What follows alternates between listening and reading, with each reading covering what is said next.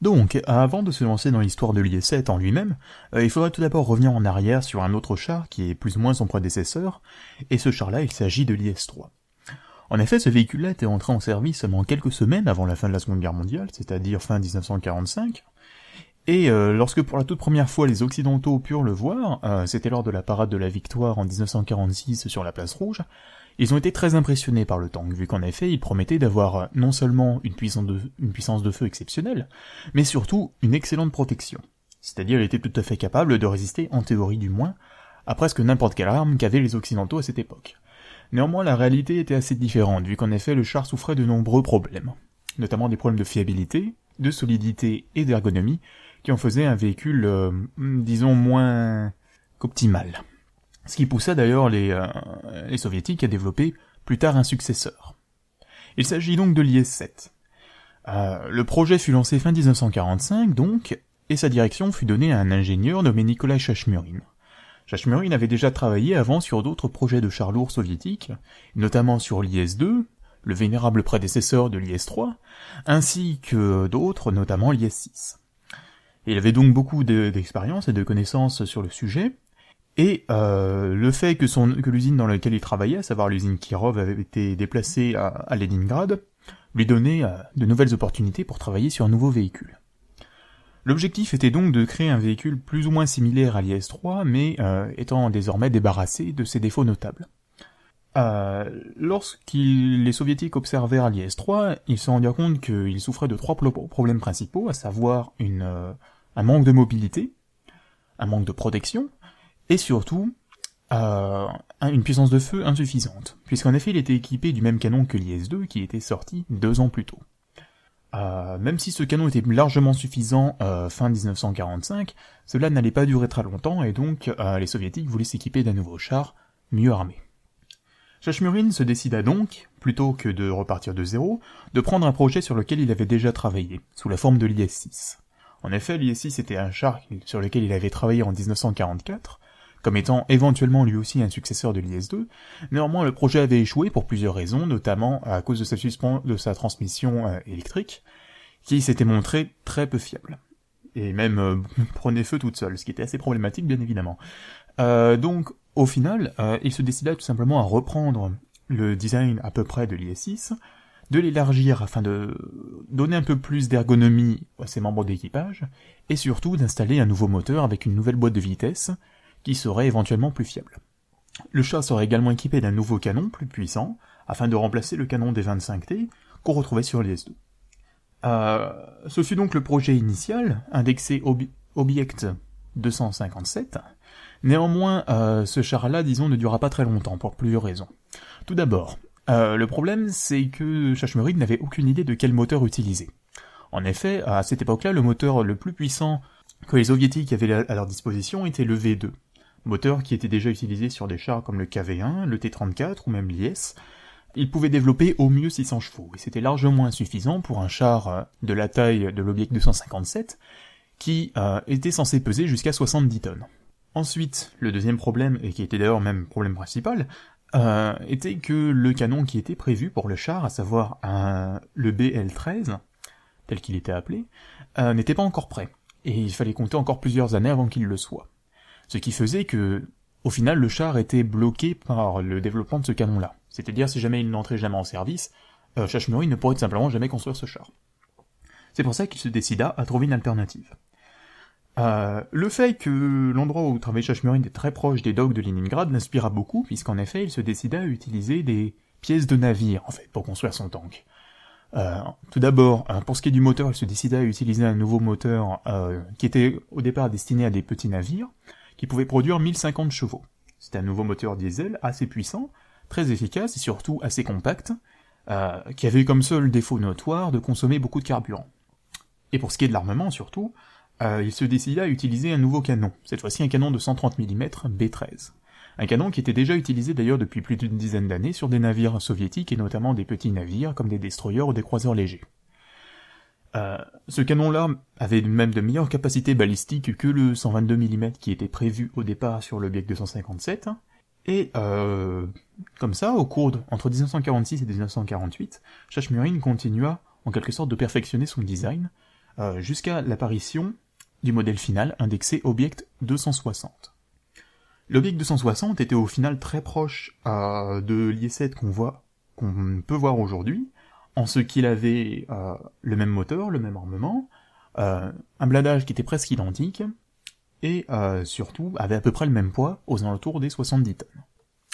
Ainsi, fin 1948, les soviétiques construirent le premier prototype de l'IS-7, qui pesait au final 68 tonnes. Ainsi, fin 1948, les soviétiques commencèrent à produire le premier prototype de l'IS-7, et sa production fut terminée début 1949, et commença immédiatement à participer à de nombreux tests.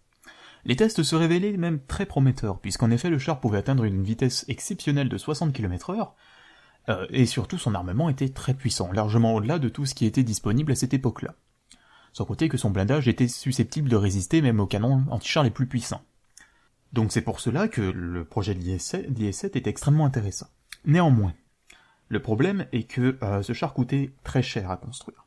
En effet, la façon dont il était construit faisait qu'il fallait utiliser beaucoup d'outils très spécialisés, notamment pour construire la tourelle entièrement moulée du char, ce qui faisait que sa production aurait pris beaucoup de temps à commencer et surtout aurait coûté très cher.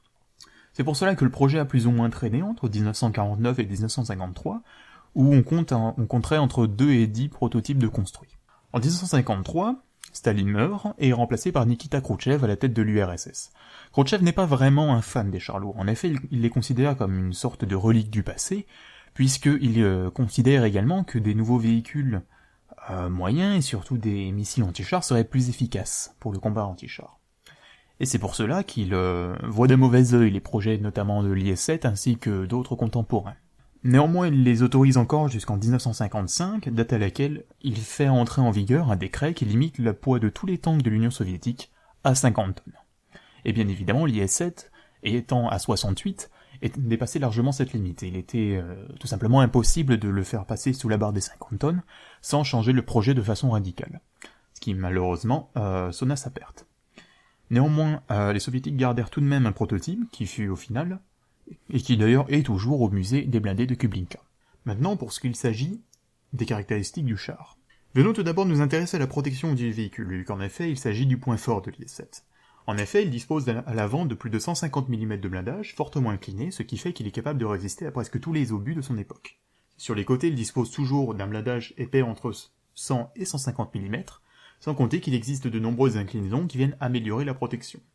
Le véhicule est également assez bas, à seulement 2,5 mètres de hauteur, ce qui peut paraître beaucoup mais vraiment très bas pour un véhicule de ce poids-là, ce qui fait qu'il a un profil très réduit qui est assez difficile à toucher à longue distance. La tourelle est elle moulée, d'une seule pièce et de forme hémisphérique, ce qui encore une fois améliore les angles d'impact, et son épaisseur varie entre 30 cm et 10 cm. Pour ce qui est de la mobilité du véhicule, le char, comme j'ai déjà dit, dispose d'un moteur de 1050 chevaux, ce qui lui confère une excellente mobilité, vu qu'en effet il peut atteindre 60 km/h. Néanmoins, il consomme énormément de carburant, et son autonomie est limitée en dessous des 200 km. Et cela en prenant en compte des réservoirs externes situés à l'arrière du véhicule et sur les côtés, cachés, justement, juste au-dessus des chenilles. Pour ce qui est de la puissance de feu, enfin, le canon B13, dont j'ai déjà parlé plus tôt, est extrêmement puissant, vu qu'il arrive à projeter un obus de 35 kg à plus de 1000 mètres par seconde, ce qui permet de percer plus de 20 cm de blindage à presque 1000 mètres, et le char dispose également de nombreuses mitrailleuses, notamment plusieurs coaxiales sur le toit de la tourelle, et également sur les côtés du châssis, même si ces mitrailleuses-là auraient été très probablement retirées lors de la version finale. Vu qu'en effet, le char était doté de mitrailleuses un peu partout, et notamment sur les côtés du char, mais pour les viser, le pilote aurait dû bouger l'entièreté du char, ce qui était bien évidemment très peu pratique. En parlant de pilote, intéressons-nous rapidement à l'agencement intérieur du véhicule. En effet, le véhicule dispose de 5 membres d'équipage. Le pilote est le seul à l'intérieur de la caisse, à situer à l'avant au milieu. Il dispose de 3 périscopes pour observer le champ de bataille, un à l'avant et 2 sur les côtés. Il dispose également d'une trappe directement au-dessus de lui pour sortir du tank, et une trappe de secours en dessous. Les 4 autres membres d'équipage sont dans la tourelle, avec un tireur à l'avant gauche, un chef de char à l'avant droite, et 2 chargeurs à l'arrière.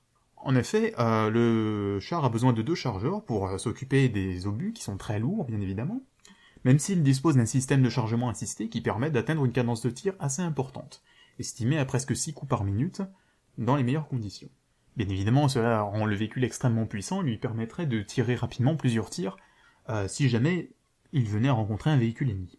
En observant l'intérieur du véhicule, on peut observer que l'ergonomie est assez bonne, ce qui est quand même assez impressionnant pour un véhicule de cette taille-là, puisqu'en effet, le pilote dispose de suffisamment de place pour pouvoir remplir son rôle. Les 2 membres d'équipage à l'avant de la tourelle ont de la place pour leurs jambes, ce qui est quand même très important, et les 2 chargeurs à l'arrière, même s'ils ne sont pas assis sur une plateforme qui bouge avec la tourelle, ont suffisamment de place pour se tenir debout à l'intérieur du véhicule. Donc au final, l'IS-7 est un char qui aurait été sans doute très intéressant. Encore une fois, il est intéressant de noter que d'autres véhicules lourds de la même époque, à savoir par exemple le M103 américain ou le Conqueror anglais, pesaient à peu près le même poids, mais étaient soit moins mobiles, soit moins bien armés. Cela est dû principalement au fait que l'IS-7 utilise énormément les inclinaisons de blindage pour augmenter la protection théorique du char. Néanmoins, il souffre lui-même de problèmes notables, notamment son prix, dont j'ai déjà parlé tout à l'heure, vu qu'en effet, non seulement la tourelle entièrement moulée demande beaucoup d'expertise pour être construite, mais également les côtés du char sont formés d'une seule pièce, qui est pliée, ce qui, encore une fois, est très compliqué à construire. Mais aussi, il souffre beaucoup d'un problème d'autonomie, vu qu'en effet, pour cette époque-là, être en dessous de 200 km d'autonomie était assez mauvais. Mais il est quand même intéressant de noter que la fiabilité du char, en théorie, semblait bonne. Vu qu'en effet, mis à part 2-3 petites maladies de jeunesse, l'IS-7 semblait, somme toute, très fiable lors des tests. Donc la grande question qu'on pourrait se poser, c'est pourquoi Nikita Khrouchtchev a-t-il décidé d'arrêter le projet de l'IS-7 vu qu'en effet, comme on l'a vu, il semblait somme toute très intéressant. Alors en réalité, il y a 2 raisons à cela. Tout d'abord, à cette époque-là, un autre char soviétique était entré en production, il s'agissait du T-54. Il s'agissait d'un véhicule moyen équipé d'un canon de 100 mm et qui pesait à peine 35 tonnes, ce qui permettait, somme toute, d'en produire beaucoup plus. Il coûtait en effet beaucoup moins cher à construire, et il était somme toute très acceptable. D'ailleurs, tellement qu'on s'en sert encore aujourd'hui dans certains pays. Et si jamais on compare ça à l'IS-7, qui coûte extrêmement cher à construire, on peut comprendre que d'un point de vue économique, il faisait plus de sens que l'URSS se concentre sur un seul véhicule. Mais aussi le principal problème était le poids du tank, vu qu'en effet 68 tonnes était un petit peu trop. Généralement, les rails soviétiques étaient faits pour des véhicules de 50 tonnes maximum. Et déjà d'autres véhicules, durant la Seconde Guerre mondiale, à savoir le KV-1 et l'IS-2, posaient une importante pression sur le système logistique soviétique, et il était très probable qu'un véhicule comme l'IS-7 ne pourrait tout simplement pas être utilisé efficacement. On peut voir par exemple, comme exemple, le cas du Tiger II allemand, qui souffrait des mêmes problèmes et qui pesait lui aussi aux alentours des 70 tonnes. Ce qui faisait qu'au final, la décision de Nikita Khrouchtchev était plus ou moins justifiée. L'IS-7 n'a cependant pas été le dernier char lourd soviétique à avoir été construit, puisqu'en effet, le tout dernier à l'être fut le char T-10, que nous verrons peut-être une fois dans un autre épisode. Donc en tout cas, je vous remercie d'avoir regardé cette vidéo. Laissez vos commentaires pour savoir ce que vous avez aimé, ce que vous n'avez pas aimé, ce que vous voudriez voir améliorer, si jamais vous avez des conseils, ainsi de suite, ainsi de suite. Et on se reverra certainement pour un nouvel épisode.